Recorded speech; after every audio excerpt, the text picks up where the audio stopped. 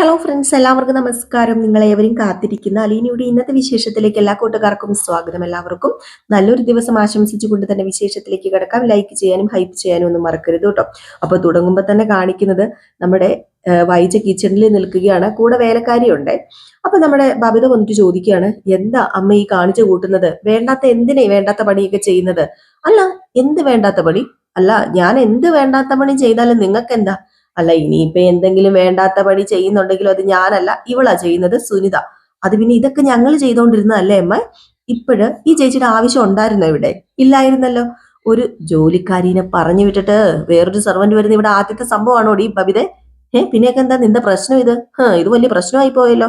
പിന്നെ ഞാനൊരു കാര്യം പറഞ്ഞേക്കാം, വേലക്കാരിയും കൂലക്കാരിയും ഒന്നും ഇല്ലാതിരുന്ന കാലത്ത് നിന്നെയൊക്കെ പ്രസവിച്ച് നിന്റെയൊക്കെ മലവും മൂത്രവും ഒക്കെ വാരി ഈ വീട്ടിലെ സകല ജോലിയും ഒറ്റയ്ക്ക് ചെയ്തവളാണ് ഈ വൈജ. അതുകൊണ്ട് ഇവിടെ എന്ത് വേണം, ആര് വേണം, എന്തിനു വേണം, ആവശ്യമുണ്ടോ എന്നൊക്കെ തീരുമാനിക്കാനേ എനിക്ക് നന്നായിട്ട് അറിയാം. അതിന് വൈജയന്തിക്ക് ആരുടെയും സപ്പോർട്ടിന്റെ ആവശ്യമില്ല. മനസ്സിലായോ? ഓ, മനസ്സിലായേ. വേറെന്തെങ്കിലും പുതിയ ഭരണപരിഷ്കാരങ്ങൾ വല്ലതും ഉണ്ടോ അമ്മേ? അറിഞ്ഞിരിക്കാനായിരുന്നു. ഉണ്ട്, പുതിയ പരിഷ്കാരങ്ങളുണ്ട്, ഇനിയും ഉണ്ട്. കാലത്ത് 5 മണിക്ക് എണീറ്റ് അടുക്കള ജോലി ഒന്നും ചെയ്യേണ്ട കാര്യം നിങ്ങൾക്കില്ല. ദേ, ഈ പോയ മറ്റവക്കെ കാലും നീട്ടിയിരുന്ന് സുഖിക്കാനല്ല ഞാൻ ശമ്പളം കൊടുക്കുന്നത്. പിന്നെ അവളുണ്ടല്ലോ, നമ്മുടെ അലീന. അലീനയ്ക്ക് ഇവിടെ കാല് നീട്ടിരുന്ന് സുഖിക്കാനുള്ള പല കാര്യങ്ങളും അവള് ഇവിടെ ചെയ്ത് നിങ്ങളെ പഠിപ്പിച്ചു തന്നിട്ടുണ്ടായിരിക്കും. ഇനി അത് ഈ വീട്ടിൽ വേണ്ട. നിങ്ങളുടെ ജോലി പഠിക്കുക എന്നുള്ളതാണ്. അത് മാത്രം നിങ്ങൾ ചെയ്താൽ മതി. വേറെ ഒന്നും ഇപ്പൊ തൽക്കാലം നിങ്ങൾ ചെയ്യണ്ട. അതിന് ഞാൻ സമ്മതിക്കത്തുമില്ല. പിന്നെ വൈജയന്തിയാണ് ഈ വീട്ടിലെ കുടുംബനാഥ, അതറിയാലോ. ഞാൻ പറയുന്നത് പോലെ ഈ വീട്ടിലെ കാര്യങ്ങൾ നടക്കത്തുള്ളൂ, നടക്കാൻ പാടുള്ളൂ. അല്ലാതെ ഈ വീട്ടില് ഒന്നും നടക്കാൻ പോകുന്നില്ല. ഓ, അതോടുകൂടി അമ്മയ്ക്ക് സമാധാനവും സന്തോഷവും ആവോ? ആകും. നിനക്ക് എന്തെങ്കിലും ബുദ്ധിമുട്ടുണ്ടോ ബബിതെ? അമ്മ ആരോടാ ഈ മത്സരിക്കുന്നത്? എന്തിന്? ആരെ ഈ തോൽപ്പിക്കാൻ നോക്കുന്നത്? ദേ ബബിതെ, കൂടുതൽ സംസാരിച്ച് തർക്കിച്ച് ചുമ്മാ ആരോഗ്യവും സമയവും നീ കളയാൻ നിൽക്കണ്ട. നീ എന്നോട് തിരിച്ച് സംസാരിക്കാറൊന്നും ആയിട്ടില്ല. നീയൊക്കെ ചെലവിന് തരുന്ന കാലത്ത്, അന്ന് നിന്റെയൊക്കെ ചെലവിന് ജീവിക്കാൻ ഉള്ളൊരു യോഗം ഉണ്ടെങ്കിലേ അന്ന് നോക്കാം നിന്റെയൊക്കെ സൗകര്യം. അതുവരെ എന്റെ സൗകര്യത്തില് ഞാൻ പറയുന്നത് പോലെ ഇവിടെ ജീവിച്ചോണം. മനസ്സിലായല്ലോ പറഞ്ഞത്? കൂടുതൽ ഇങ്ങോട്ടേക്ക് സംസാരിക്കാൻ വരണ്ട. അപ്പം ബബിത പറഞ്ഞു, അല്ല ഇതെന്താ പട്ടാള ഭരണോ? ഒരു മര്യാദയൊക്കെ വേണ്ടേമ്മേ? ദേ, നിന്നോട് ഞാൻ പറഞ്ഞു കൂടുതൽ സംസാരിക്കാൻ വരണ്ട, വെറുതെ എന്റെ തലയിലേക്ക് കയറാൻ നിൽക്കേണ്ട. നിനക്കുള്ള ലാസ്റ്റ് വാണിംഗ് ആണിത്, ലാസ്റ്റ് ആൻഡ് ഫൈനൽ. പൊക്കോളാൻ പറഞ്ഞു.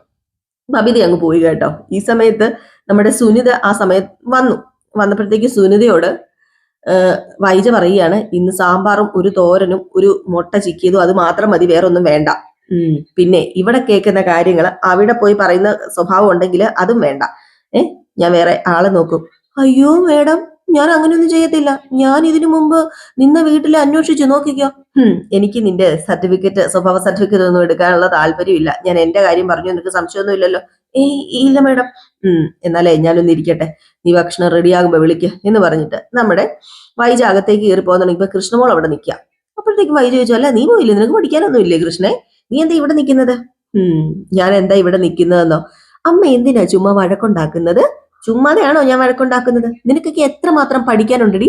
ആ സമയത്ത് അടുക്കള പണിയും വീട്ടുപണിയും ചെയ്തോണ്ടിരുന്നിട്ടുണ്ടെ പരീക്ഷയ്ക്ക് മാർക്ക് കിട്ടുമോ? പരീക്ഷയ്ക്കും പഠിത്തത്തിനും ഒന്നും ഒരു കുഴപ്പമില്ലായിരുന്നു. ഈ വീട്ടിൽ ഞങ്ങൾ എല്ലാവരും കൂടെ നല്ല രസമായിട്ടാ പണി ചെയ്തോണ്ടിരുന്നത്.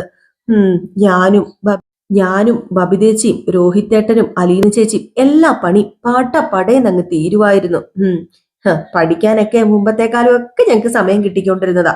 അതെ, പഠിക്കാൻ ഇച്ചിരി സമയം കൂടുതൽ കിട്ടിയാൽ എന്താടി കുഴപ്പം? അതുപോലെ തന്നെ രോഹിത്തിനെ കൊണ്ട് നിങ്ങൾ അടുക്കളപ്പണി ചെയ്യിക്കുന്നത് വലിയ കേമോ ആണെന്നാണോ വിചാരിച്ചു വെച്ചിരിക്കുന്നത്? ഞാൻ കണ്ടു, നിന്റെയൊക്കെ ഡ്രസ്സ് വരെ അയൽ ചെയ്യിക്കുമല്ലേടി അവനെ കൊണ്ട്. അവനൊരു ആൺകൊച്ചല്ലേടി? നാണമില്ലേ നിനക്കൊന്നും? ആൺപിള്ളേർ വീട്ടുജോലി ചെയ്താല് എന്താ കുഴപ്പം അമ്മേ?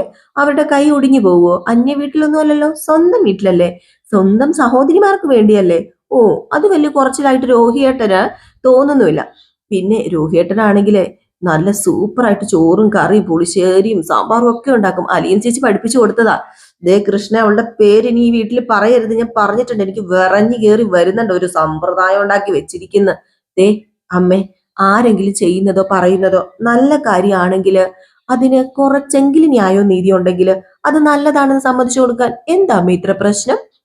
അത് നല്ലതാണെന്ന് നമ്മൾ സമ്മതിച്ചു കൊടുക്കണ്ടേ? അതല്ലേ നമ്മൾ ചെയ്യേണ്ടത്. അല്ലാതെ എന്തിനും ഏതിനും കുറ്റം കണ്ടെത്തി കുറ്റം പറയണം. പിന്നെ ഉള്ള സത്യം പറയാലോ, ഇന്നേ വരെ അമ്മ ആരെങ്കിലും ഒരു നല്ല കാര്യം ചെയ്തിട്ട് അതിനെ അപ്രീഷിയേറ്റ് ചെയ്ത് കണ്ടിട്ടില്ല. ഈ കമലയാന്റിയുടെ എന്തെങ്കിലും കൊണസ്റ്റിന് അല്ലാതെ വേറെ എന്തെങ്കിലും ചെയ്യുവോ? ദേ, നീ കൂടുതൽ എന്നോട് വർത്താനം പറയല്ലേ. ആൺകുട്ടികളെ പണി എടുപ്പിച്ചിട്ട് നാണമില്ലല്ലോ നിനക്ക് ഇങ്ങനെയൊക്കെ പറയാന്. ഈ ആൺകുട്ടികളെ പണി ചെയ്യിപ്പിച്ചാൽ എന്താ കുഴപ്പമെന്നറിയാമോ? ഈ അച്ഛമാർക്ക് പണി ചെയ്ത് കൊടുക്കേണ്ടി വരും. പെണ്ണ് കെട്ടി കഴിയുമ്പോഴത്തേക്കും രുചിയായിട്ട് വെച്ചു വിളമ്പി കൊടുത്ത് കഴിഞ്ഞിട്ടുണ്ടെങ്കില് പിന്നെ അവൾമാർ എന്ത് ചെയ്യും? ഒരു വകയും ഉണ്ടാക്കാൻ പോകുന്നില്ല. അവൾമാര് അത് തന്നെ തരം എന്ന് ഓർത്തിട്ട് എന്ത് ചെയ്യും? ഇവനെ കൊണ്ട് ജോലി ചെയ്യിക്കും. എന്താ ഇതിന് കുഴപ്പം? എന്തെങ്കിലും കുഴപ്പമുണ്ടോ ആണുങ്ങൾ ജോലി ചെയ്താല്? അതേ, നിന്റെ അച്ഛനോട് പോയി ചോദിക്ക്. ആ മനുഷ്യൻ ഇന്നേ വരെ ഈ അടുക്കള കയറി എന്തെങ്കിലും ജോലി ചെയ്യുന്നത് കണ്ടിട്ടുണ്ടോ?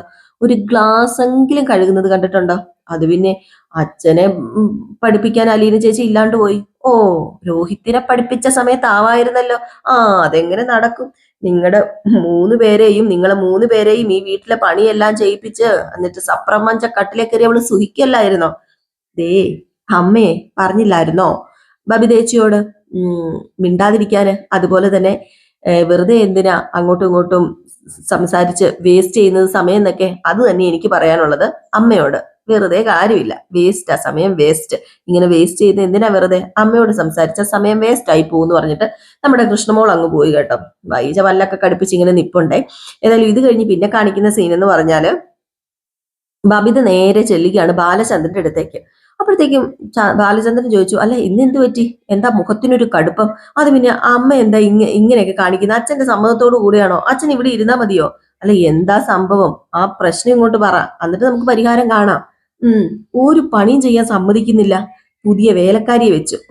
അവരുണ്ടാക്കിയിട്ട് തിന്നാൻ പറ്റുമോ? ഞങ്ങൾ അടുക്കള കയറാൻ പാടില്ല. അതുപോലെ അലീന ചേച്ചി പറഞ്ഞൊന്നും ഞങ്ങൾ ചെയ്യാൻ പാടില്ല. അലീന ചേച്ചി പഠിപ്പിച്ചതൊന്നും ഇവിടെ ഫോളോ ചെയ്യണ്ട എന്ന അമ്മയുടെ തീരുമാനം. അല്ല ഇപ്പൊ എന്താണ് നിങ്ങളുടെ പ്രശ്നം മക്കളെ?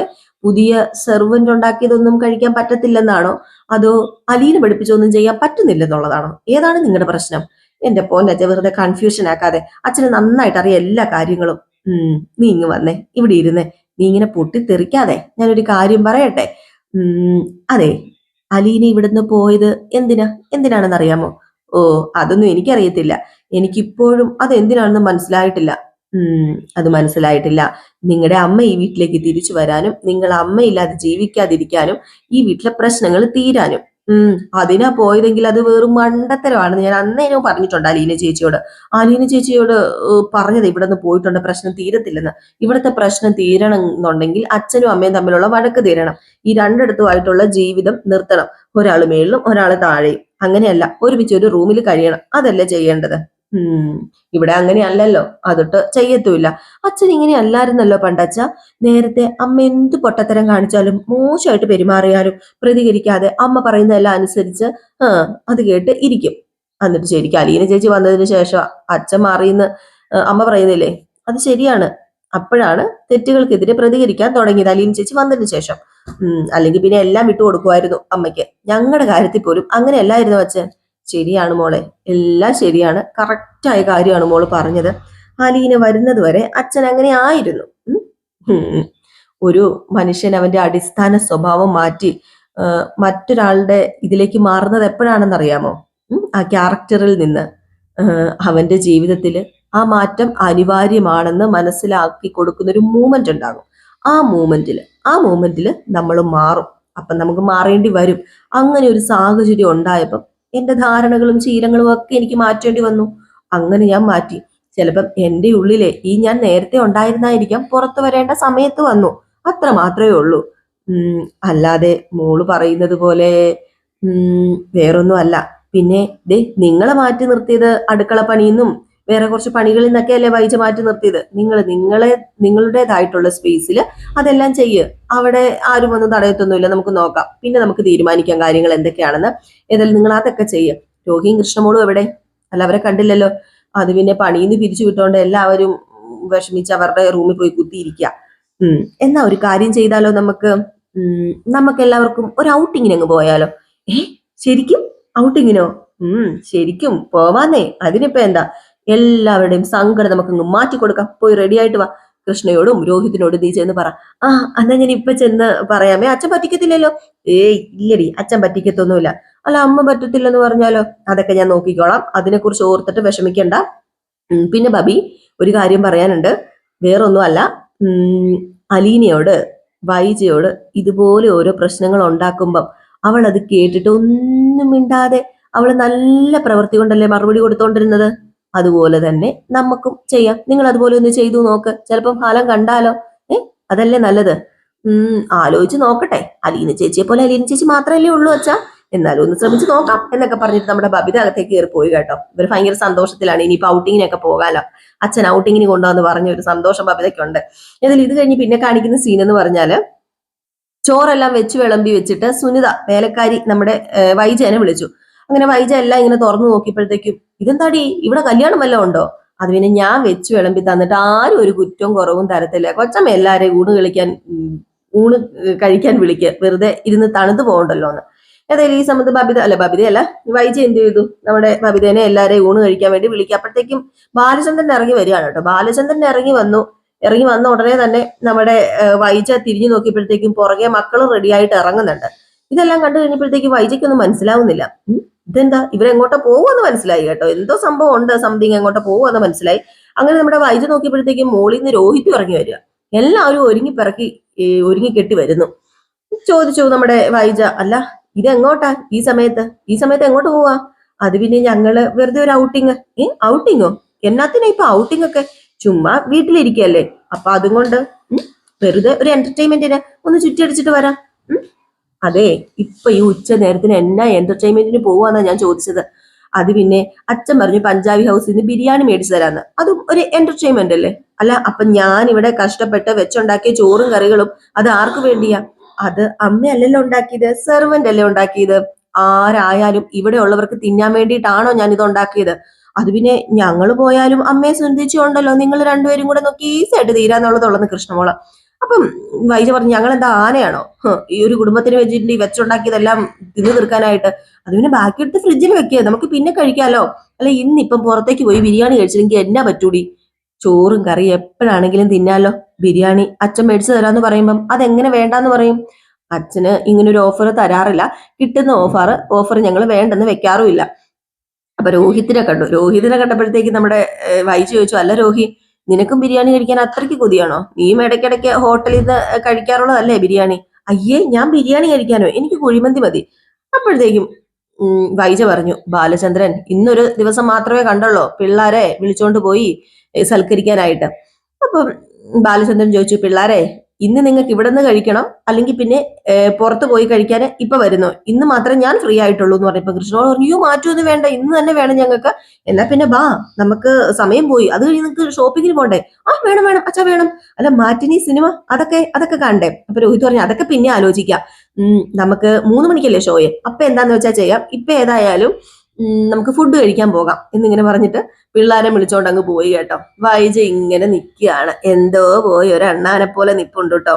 ഏതായാലും പാവം ഒരുപാട് പ്രതീക്ഷിച്ച് കറിയെല്ലാം വിളമ്പി ഇപ്പിറക്കി വെച്ചതാ നമ്മുടെ സുനിത. ഇപ്പം എന്താ പറയാ, എല്ലാം ടേസ്റ്റ് ചെയ്തിട്ട് 100-ൽ 100 മാർക്കൊക്കെ മേടിക്കാൻ വേണ്ടി ഇരുന്ന സുനിതയ്ക്കും എന്ത് പറ്റി? നിരാശയോട് നിരാശ. അങ്ങനെ നമ്മുടെ വൈജയ്ക്ക് ഓരോ തിരിച്ചടികൾ ഇങ്ങനെ കിട്ടിക്കൊണ്ടേ ഇരിക്കുകയാണ്. ഏതായാലും അവര് പോയി കഴിഞ്ഞപ്പോഴത്തേക്ക് സുനിത പറഞ്ഞു, അല്ലെ ഇതിനിപ്പോ എന്ത് ചെയ്യും എന്റെ കൊച്ചമ്മേ, ഞാനിനിയിപ്പോ ഇത് എന്ത് ചെയ്യാനോ? ഇതിന്റെ ടേസ്റ്റ് ഒക്കെ അങ്ങ് തണുത്ത് കഴിഞ്ഞാൽ പോകൂല, ഫ്രിഡ്ജിനകത്ത് വെച്ച് കഴിഞ്ഞിട്ടുണ്ട് ആ പഴയ ടേസ്റ്റ് കിട്ടും, ആ ഒറിജിനൽ ടേസ്റ്റ് കിട്ടുമെന്ന് ചോദിച്ചപ്പം നീ ഒരു കാര്യം ചെയ്യും, ഫ്രിഡ്ജിനകത്ത് എടുത്ത് വെച്ച്, വേറെ എന്ത് ചെയ്യാനാ, ഇനിയിപ്പം ഇത് ഒറ്റയ്ക്ക് നമുക്ക് ഇത് തിന്നാൻ പറ്റത്തില്ലേ, എനിക്കൊന്നും വേണ്ടാന്ന് പറഞ്ഞിട്ട് നമ്മുടെ വൈജ അങ്ങ് പോയപ്പോഴത്തേക്കും സുനിത വേലക്കാരി സുനിതയാണെങ്കിൽ ഇനിയിപ്പം അത് അതിൽ നിന്നൊരു പപ്പടവും കറിയും മീൻ വറുത്തതൊക്കെ എടുത്ത് അങ്ങോട്ട് കഴിച്ചു കേട്ടോ. എനിക്ക് പറ്റത്തില്ല ഇതൊക്കെ ഉണ്ടാക്കി വെച്ചിട്ട് പട്ടിണി കിടക്കാനായിട്ടെന്ന് പറഞ്ഞോണ്ട് അത് ഇടുന്നിടത്ത് 1, 2, 3 കഴിച്ചുകൊണ്ടൊക്കെ ഇരിക്കുകയാണ്. അല്ല ഇത് കഴിഞ്ഞ് പിന്നെ കാണിക്കുന്ന സീൻ എന്ന് പറഞ്ഞിട്ടുണ്ടെങ്കിൽ നമ്മുടെ മനുവിനെ അലീനെ വിളിക്കാണ് കേട്ടോ. ഇപ്പം കാര്യങ്ങളൊക്കെ സംസാരിക്കാൻ വിളിക്കുന്നതാണ്. ഇപ്പം ഒത്തിരി നാളായല്ലോ വിളിച്ചിട്ട്. ഇപ്പൊ കൊളുത്തുപുഴയിലെ വിശേഷങ്ങളൊക്കെ പറയണമല്ലോ. അപ്പൊ മനു ഫോൺ എടുത്തിട്ട് എന്തു പറ്റി, ഇത്രയും ദിവസം വിളിച്ചൊന്നും ഇല്ലല്ലോ എന്ന് ചോദിച്ചപ്പോഴത്തേക്കും അത് പിന്നെ തിരക്കും കാര്യങ്ങളൊക്കെ ആയിരുന്നു മനുവേട്ടാന്ന് പറയുമ്പോ, തിരക്കോ എന്ത് തിരക്ക്? അതെ, ഇവിടുത്തെ എസ്റ്റേറ്റ് കാണാൻ പോകണം, അങ്ങനെ പല പല തിരക്കുകളുണ്ട് മനുവേട്ടാന്ന് പറയുമ്പോ. പല പല തിരക്കുകളോ? പല പല തിരക്കുകളൊക്കെ ഉണ്ട്. അല്ല നിനക്കവിടെ ഇഷ്ടപ്പെട്ടോ? ഇഷ്ടപ്പെട്ടോ എന്ന് ചോദിച്ചാല് കഷ്ടപ്പെട്ട് ഇഷ്ടപ്പെടുന്നുണ്ട്. പിന്നെ ഇവിടത്തെ കേണൽ അദ്ദേഹം ഉണ്ടല്ലോ, പുള്ളിക്കാരൻ കുറച്ച് സ്ട്രിക്റ്റ് തന്നെയാ. ഈ കേണൽ എന്നൊക്കെ ഞാൻ കേട്ടിട്ടേ ഉള്ളൂ. അയ്യോ, ഇത് വല്ലാത്തൊരു കേണലായി പോയെന്ന് പറയുമ്പം അതങ്ങനെയാണ്. ഈ റിട്ടയർഡ് ആയ പട്ടാളക്കാര് ഇച്ചിരി സ്ട്രിക്റ്റ് ഒക്കെ ആയിരിക്കും. പ്രത്യേകിച്ച് ഓഫീസർമാരൊക്കെ ആണെങ്കിൽ അവർക്ക് ആ ഒരു ശീലിച്ച രീതി ഉണ്ടല്ലോ, അതൊന്നും മാറ്റാനായിട്ട് പറ്റത്തില്ല എന്ന് പറഞ്ഞപ്പോഴത്തേക്കും, അല്ല നമ്മുടെ ഗംഗാധര നങ്കിള് ഇങ്ങനെയാണോ? അല്ലല്ലോ. ചെറിയ സ്ട്രിക്റ്റ് ഒക്കെ ഉണ്ടെന്നേ, ഇപ്പോഴും ആ ഒരു ഇതൊക്കെ കാണിക്കുന്നൊക്കെ ഉണ്ട്. അതങ്ങനെയാണ്. പിന്നെ ഈ പറയുന്ന ഗംഗാധര മേനോൻ അവിടുന്ന് റിട്ടയർഡ് ചെയ്തിട്ട് കുറെ നാളായല്ലോ. പക്ഷെ ഇപ്പോഴല്ലേ നമ്മുടെ സ്റ്റാൻലി ജോസഫ് ഒത്തിരി നാളായില്ലല്ലോ അവിടുന്ന് റിട്ടയർഡ് ആയിട്ട് വന്നിട്ട്. അപ്പൊ അത് പതുക്കെ പതുക്കെ മാറത്തുള്ളൂ എന്ന് പറയുമ്പോ, അല്ല നീ എന്താ ചിട്ടവട്ടങ്ങളൊക്കെ മാറ്റിയെടുക്കാൻ പോവുകയാണോ എന്ന് ചോദിച്ചപ്പം ഇവിടുത്തെ എല്ലാവരുടെയും ചിട്ടവട്ടങ്ങൾ മാറ്റിയെടുക്കണം. ചിലപ്പോൾ മിക്കവാറും കേണലിനോട് കുറച്ച് ഗുസ്തി പിടിച്ച് നിൽക്കേണ്ട വരും. ഞാനും കേണൽ ഇവിടെ ഫൈറ്റ് ഉണ്ടാകാൻ ചാൻസ് ഉണ്ടെന്ന് പറഞ്ഞപ്പോ, കേണലിനോട് ഫൈറ്റ് ചെയ്യാൻ മാത്രമുള്ള ധൈര്യമൊക്കെ നിനക്കുണ്ടോ? അതിനുള്ള ധൈര്യമൊക്കെ ഉണ്ടാക്കണം. ഉണ്ടാക്കിയില്ലെങ്കിൽ ശരിയാകത്തില്ല. പിന്നെ മനുവേട്ട, ഇവിടെ ഉണ്ടല്ലോ കേണൽ അദ്ദേഹത്തിന്റെ അപ്പച്ചൻ വന്നിട്ടുണ്ട്. വല്യപ്പച്ചനെ, എന്റെ വല്യപ്പച്ചൻ ഔദക്കുട്ടി ആണോ? എന്നിട്ട് എന്നെ ഇവിടെന്നേ പുറത്താക്കാൻ വേണ്ടി വന്നതാ. ഇപ്പം ഞാനും വല്യപ്പച്ചനും സെറ്റാ. ഞങ്ങള് രണ്ടും ഒരു കക്ഷിയാ. ഓഹോ, അപ്പൊ നീ പുള്ളിക്കാരനെ വളച്ച് ചാക്കിലാക്കിയില്ലേ അല്ലേന്ന് പറഞ്ഞപ്പോഴത്തേക്കും, ഞാൻ വളച്ച് ചാക്കിലാക്കിയതൊന്നുമല്ല. പുള്ളിക്കാരനൊരു ഭാര്യയുണ്ട്, ചിന്നമ്മ. അതായത് ഈ കേണൽ സ്റ്റാൻലിയുടെ അമ്മ. ആ അമ്മയുടെ ഷേപ്പാ എനിക്ക്. അതുപോലെ തന്നെയാ ഞാൻ ഇരിക്കുന്നതെന്നൊക്കെയാ പറയുന്നത്. അപ്പൊ ചിന്നമ്മ നിന്റെ ദേഹത്ത് കൂടിയോ? ദേഹത്ത് കൂടിയെന്നൊന്നും അറിയില്ല. അല്ല, ഞാൻ ജനിക്കുന്നതിന്റെ ഒരു മാസം മുമ്പാ ഈ ചിന്നമ്മ മരിച്ചതെന്നാ പറഞ്ഞത്. അപ്പം ആ ഇത് വെച്ചങ്ങാണ്ടാണ് ഇപ്പം വല്യപ്പച്ചൻ എന്നോട് ഭയങ്കര സ്നേഹമാന്ന് പറഞ്ഞപ്പോ, നിന്നെ കണ്ട ആരാടി പെണ്ണെ സ്നേഹിക്കാത്തത്? അല്ല, നിന്റെ കൂടെ കുറച്ചു നേരം സ്പെൻഡ് ചെയ്ത് കഴിഞ്ഞിട്ടുണ്ടെങ്കിൽ ആർക്കാണെങ്കിലും നിന്നോടൊരു ഇഷ്ടം വരും എന്നിങ്ങനെ പറഞ്ഞപ്പോ, അല്ല എങ്ങനെയാ ഈ വല്യപ്പച്ചൻ നല്ല ആളാണോ, സൂപ്പർ ആണോ എന്ന് ചോദിച്ചപ്പം, നല്ല ആളാണോ എന്നൊക്കെ ചോദിച്ചാല് എനിക്ക് ഈ ലോകത്ത് ഏറ്റവും നല്ല ആളായിട്ട് തോന്നിയത് എന്റെ പ്രസിത്താമ്മയാ. പ്രസിത്താമ്മ കഴിഞ്ഞിട്ട് എനിക്ക് വേറെ ആരും ഉള്ളൂ എന്ന് പറഞ്ഞപ്പോ, ആ കേസ് വിട്, ഞാൻ അതല്ല ഉദ്ദേശിച്ചത്. കുഴപ്പമില്ല, വല്യപ്പച്ചൻ എന്റെ കൂടെ എല്ലാത്തിനും കട്ടയ്ക്ക് നിന്നോളും. ഏതായാലും ഞാൻ വെക്കാണ് കേട്ടോ. ഞാന് വേറെ വിശേഷമൊക്കെ എന്തെങ്കിലും ഉണ്ടെങ്കിൽ വിളിച്ചറിയിക്കാന്നൊക്കെ പറഞ്ഞിട്ട് സംസാരിച്ചിട്ട് ഫോൺ വെച്ചുവേ അലീനെ. ഇത് കഴിഞ്ഞ് പിന്നെ കാണിക്കുന്ന സീൻ എന്ന് പറഞ്ഞിട്ടുണ്ട്, ഔട്ടിങ്ങിനൊക്കെ പോയിട്ട് നമ്മുടെ രോഹിത്തും കൃഷ്ണയും ബബിതയും ബാലചന്ദ്രനൊക്കെ വരിക. അപ്പൊ വണ്ടി നിർത്തിയിട്ട് നമ്മുടെ ബാലചന്ദ്രൻ പറഞ്ഞു, ഇന്നത്തെ ദിവസം പോലെ എല്ലാ ദിവസവും നമുക്ക് പുറത്തു പോയി ഫുഡ് അടിക്കാനൊന്നും പറ്റത്തൊന്നുമില്ല, ആ കാര്യം നിങ്ങൾക്ക് അറിയാലോ. പിന്നെ അലീന എന്തിനാണ് ഇവിടെ നിന്ന് അവളെ ഏറ്റവും കൂടുതൽ സന്തോഷത്തോടു കൂടി ഇരുന്ന് നമ്മുടെ ഇടയിൽ നിന്ന് പോയത് എന്നൊക്കെ നിങ്ങൾക്ക് 3 പേർക്കും വ്യക്തമായിട്ട് അറിയാമെന്നാണ് എന്റെ ധാരണ. അപ്പൊ നമ്മുടെ രോഹിത് പറഞ്ഞു, അതറിയാച്ച. പിന്നെ നിങ്ങളുടെ അമ്മ ഇങ്ങോട്ടേക്ക് തിരിച്ചു വന്നത് നിങ്ങളുടെ അമ്മയ്ക്ക് നഷ്ടപ്പെട്ടതും അതുപോലെ തന്നെ നിങ്ങളെയൊക്കെ നഷ്ടപ്പെട്ടു എന്നുള്ളൊരു ഇതുണ്ട്. അപ്പം അതിൽ നിന്ന് നിങ്ങളെ പിടിച്ചെടുക്കാനും ഈ വീട് പിടിച്ചെടുക്കാനും ഒക്കെയാ. നിങ്ങളാണ് ഇപ്പം അവൾക്ക് യുദ്ധം നടത്താനും ഒക്കെ ഉള്ളൊരു ആയുധം എന്ന് പറയുന്നത്. അപ്പോഴത്തേക്ക് ഇത് കേട്ടിട്ട് നമ്മുടെ രോഹിത്തും ബബിതയൊക്കെ ഇങ്ങനെ കേട്ടോണ്ടിരിക്കുക. അപ്പൊ ഈ ഒരു സീൻ കാണിച്ചിട്ടാട്ടോ ഇന്നത്തെ വിശേഷം അവസാനിക്കുന്നത്. അപ്പൊ എല്ലാവരും കാത്തിരിക്കും അടുത്ത വിശേഷത്തിനായിട്ട്. അടുത്ത വിശേഷവുമായിട്ട് കാണാം. ലൈക്ക് ചെയ്യാനും ഹൈപ്പ് ചെയ്യാനും മറക്കല്ലേ.